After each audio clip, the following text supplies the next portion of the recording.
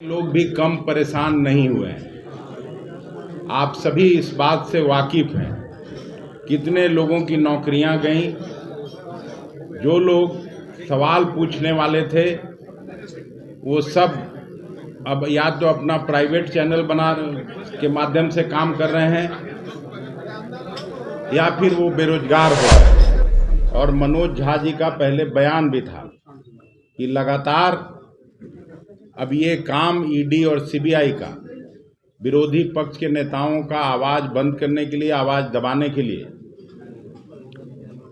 ये लोग इस तरह का अत्याचार करेंगे। भारतीय जनता पार्टी के लोग कांग्रेस पर आरोप लगाते रहे हैं इमरजेंसी के दौर का, लेकिन मुझे अच्छी तरह से याद है इमरजेंसी के दौर में भी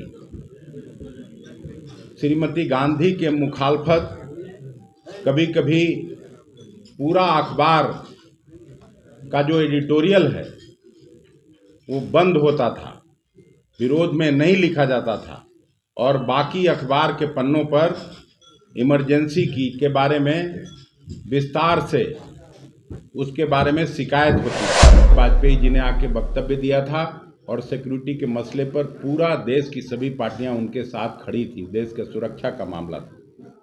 लेकिन इस बार इन लोगों ने वक्तव्य देना उचित नहीं समझा और 145-46 सांसदों को निलंबित किया गया। देखिए, एक तरफ राजद प्रेस कॉन्फ्रेंस करती है और ये बताती है कि ईडी सीबीआई इनकम टैक्स जो है वो भाजपा के हाथ में है, उसका दुरुपयोग कर रहे हैं। आज कांग्रेस ने भी प्रेस कॉन्फ्रेंस करके ये बताया है कि भाजपा के द्वारा मीडिया के लोगों को, राजनीतिक पार्टियां जिनके बड़े जो लीडरशिप है उनको तंग किया जा रहा है, दबाया जा रहा है उनकी आवाज़ को।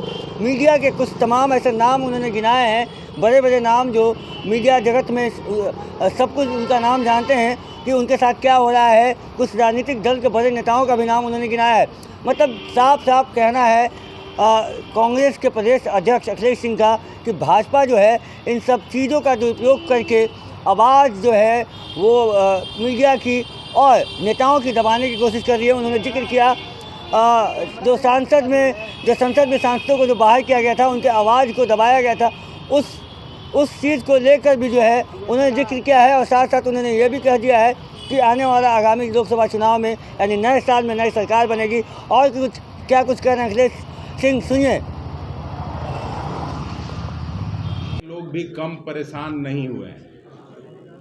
आप सभी इस बात से वाकिफ हैं कितने लोगों की नौकरियां गईं।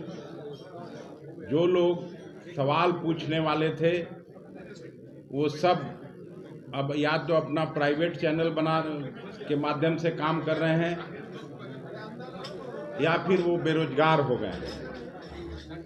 जब से मोदी जी ने सत्ता संभाली है तब से न केवल विरोधी पक्ष के नेताओं पर दमन हो रहा है बल्कि मीडिया के भाइयों पर भी ये दमन जारी है। एक एक करके मीडिया के लोगों पर अत्याचार बढ़ता जा रहा है।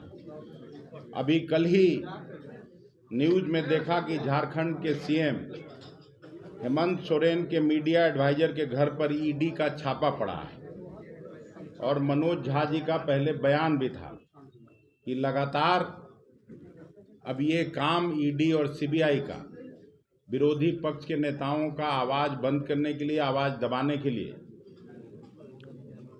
ये लोग इस तरह का अत्याचार करेंगे। बीजेपी ने मीडिया के बंदियाकरण से शासन की शुरुआत और उसके अत्याचार पर उतारू है। कांग्रेस पार्टी इसकी घोर निंदा करती है। इससे पहले आप सभी जानते हैं देश के जाने माने पत्रकार अजीत अंजुम, रवीश कुमार, अभिसार शर्मा एवं कई अन्य पत्रकारों को प्रताड़ित किया जा रहा है। 10 साल में एक भी प्रेस कॉन्फ्रेंस कांग्रेस पार्टी में जैसे हुआ करता था, मोदी जी ने एक बार भी मीडिया के सामने मुखातिब होना नहीं उचित समझा। मैं यूपीए सरकार में काम करता था, उस समय जब कभी प्रधानमंत्री मनमोहन सिंह जी विदेश जाते थे, विदेश के दौरे पर जाते थे, तो उनके साथ आपके जैसे कई पत्रकार जहाज में चढ़ के भी उनसे सवाल करते थे। ये होता था। भारतीय जनता पार्टी के लोग कांग्रेस पर आरोप लगाते रहे हैं इमरजेंसी के दौर का, लेकिन मुझे अच्छी तरह से याद है इमरजेंसी के दौर में भी श्रीमती गांधी के मुखालफत कभी कभी पूरा अखबार का जो एडिटोरियल है वो बंद होता था, विरोध में नहीं लिखा जाता था और बाकी अखबार के पन्नों पर इमरजेंसी के बारे में विस्तार से उसके बारे में शिकायत होती थी। लेकिन आज अघोषित इमरजेंसी है, डर से कोई बोल नहीं सकता है, डर से कोई लिख नहीं सकता है। अभी आप लोगों ने देखा होगा जो विगत लोकसभा और राज्यसभा का सत्र समाप्त हुआ, उसी बीच में सिक्योरिटी ब्रीच हुआ। हालांकि वो पहले भी जब स्वर्गीय अटल बिहारी वाजपेयी जी प्रधानमंत्री थे उस समय भी हमला हुआ था आतंकियों के द्वारा, लेकिन वो लोग सुरक्षा कर्मियों ने सीढ़ियों पर उनको मार गिराया था। इस बार बीजेपी के एक सांसद के द्वारा इनको रिकमेंडेशन करके और भेजा गया और सीआरपीएफ के लोग, दिल्ली पुलिस के लोग उन लोगों को जांच किए बिना जाने दिया और वो लोग सब दीर्घा तक पहुंच गए। देश की सभी विपक्ष की पार्टियां, कांग्रेस सहित 24-25 पार्टियों के लोग केवल चाहते थे कि अमित शाह जी आके गृह मंत्री के रूप में अपना वक्तव्य दें सदन के पटल पर, प्रधानमंत्री जी वक्तव्य दें। ये एक परिपाटी रही है जब से संसद है, जब से देश आज़ाद हुआ है कि जब कोई बड़ी घटना सत्र के दौरान होता है तो उस समय आके लोग अपना वक्तव्य देते हैं। पिछली बार भी उस समय के तत्कालीन गृह मंत्री आडवाणी जी, उस समय के प्रधानमंत्री स्वर्गीय वाजपेयी जी ने आके वक्तव्य दिया था और सिक्योरिटी के मसले पर पूरा देश की सभी पार्टियां उनके साथ खड़ी थी, देश के सुरक्षा का मामला था। लेकिन इस बार इन लोगों ने वक्तव्य देना उचित नहीं समझा और 145-46 सांसदों को निलंबित किया गया। हम लोग इसकी घोर निंदा करते हैं और ये वर्ष चूंकि चुनाव होना है, देश की जनता सब कुछ देख रही है। ये 3 हिंदी पट्टी के राज्यों में सरकार इनकी जरूर बनी है, लेकिन लोकसभा चुनाव में महागठबंधन पूरी एकजुटता के साथ चुनाव लड़ेगी और बिहार में मुझे पक्का यकीन है कि इनको एक भी सीट नहीं मिलने जा रहा है।